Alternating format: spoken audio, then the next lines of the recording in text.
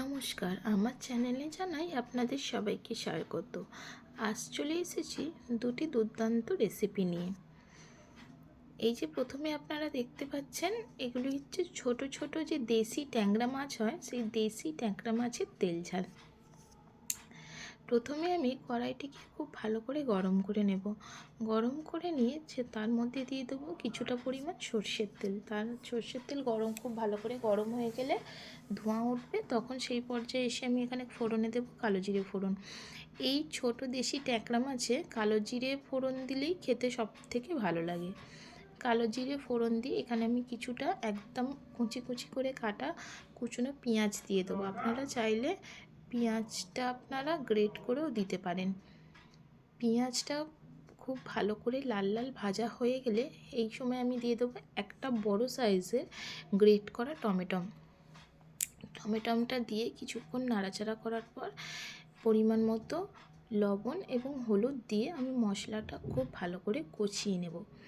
এই রান্নাটাই কিন্তু এছাড়া আর কোনো অতিরিক্ত মশলা ব্যবহার করব না আমি এখানে।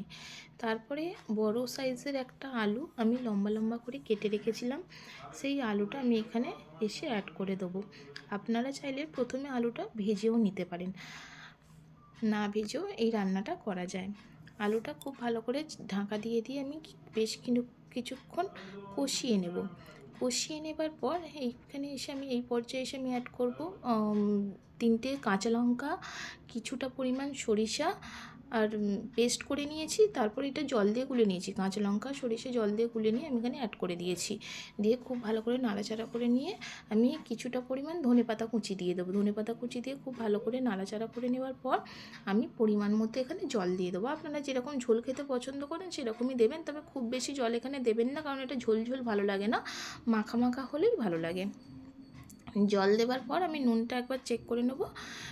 এই সময় এসে আপনারা নুনটা আন্দাজ মতো লাগলে দিয়ে দিতে পারেন। ঝোলটা পুরো ফুটে গেছে, আমার আলুগুলো সিদ্ধ হয়ে গেছে। এই সময় এসে আমার যে আগে থেকে ভেজে রেখেছিলাম আমি মাছগুলো, সেই ভাজা মাছ দিয়ে তারপর বাকি ধনেপাতা কুচিটা ছড়িয়ে আমি নামিয়ে নেব। তারপরে চলে এসেছি আরেকটি রেসিপি, সেটি হচ্ছে, এগুলো দেখে নিশ্চয়ই আপনারা বুঝতে পারছেন কি, এটি হচ্ছে সজনা ফুল। সজনা ফুলের বড়া করব আমি। প্রথমে একটা পাত্রে আমি বেশ কিছুটা সজনা ফুল নিয়ে নিয়েছি। সজনা ফুলের মধ্যে আমি দিয়ে দেবো কিছুটা কুচানো কাঁচা লঙ্কা। তার মধ্যে দিয়ে দেবো একটি বড় সাইজের পেঁয়াজ কুচি। আর কিছু এখানে আমি অ্যাড করব না, মশলা এখানে কিছু যাবে না, শুধুমাত্র লবণ আর হলুদ দিয়ে আমি এটা ম্যারিনেট করে নেব। কারণ সজনে ফুলের একটা নিজস্ব স্বাদ এবং গন্ধ আছে, এতে অতিরিক্ত মশলা ব্যবহার করলে সেই স্বাদ গন্ধটা নষ্ট হয়ে যায়। সেই জন্য পেঁয়াজ কাঁচা লঙ্কা দিয়ে আমি বেসন দিয়ে নুন হলুদ দিয়ে খুব ভালো করে মেখে নেব। আর এখানে সামান্য পরিমাণে আমি কালো জিরে ব্যবহার করব। দিয়ে খুব ভালো করে মেখে নিয়ে, আর এখানে যদি মনে হয় প্রয়োজন লাগে তাহলে আপনারা 1 চামচ কি 2 চামচ জল ব্যবহার করতে পারেন, এর থেকে বেশি কিন্তু জল এখানে ব্যবহার করা যাবে না। আমি এখানে একদম 1 চামচ জল ব্যবহার করেছি, করে খুব ভালো করে আমি এটা মেখে নিয়েছি।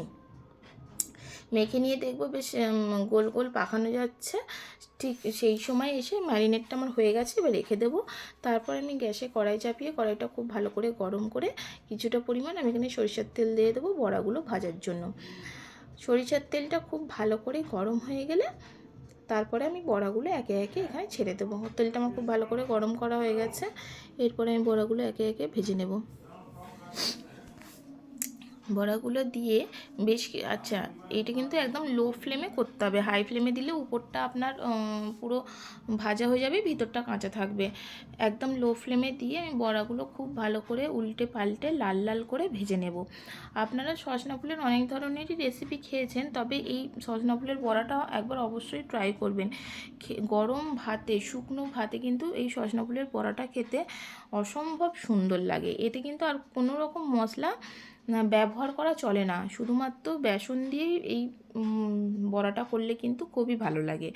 আমার বড়াগুলো একদিকটা হয়ে গেছে, আমি আরেক দিকটা উল্টে দিচ্ছি। উল্টে দিয়ে আরেক দিকটা আমি খুব ভালো করে লাল লাল করে ভেজে নেব। বড়াগুলো প্রায় আমার দুদিকটাই লাল লাল করে ভাজা হয়ে গেছে। এই সময় এসে আমি বড়াগুলো একে একে তুলে নেব। আপনারা দেখতেই পাচ্ছেন বড়াগুলো কত সুন্দর লাল লাল করে ভাজা হয়ে গেছে। আপনারা চাইলে এগুলো ডুবো তেলেও ভাজা করতে পারেন। আমি অল্প তেলেই ভাজা করেছি, কারণ অল্প তেলে ভাজলেও খেতেও সুস্বাদু লাগে, জিনিসটা হেলদিও হয়। তো আজকের রেসিপি এই পর্যন্তই।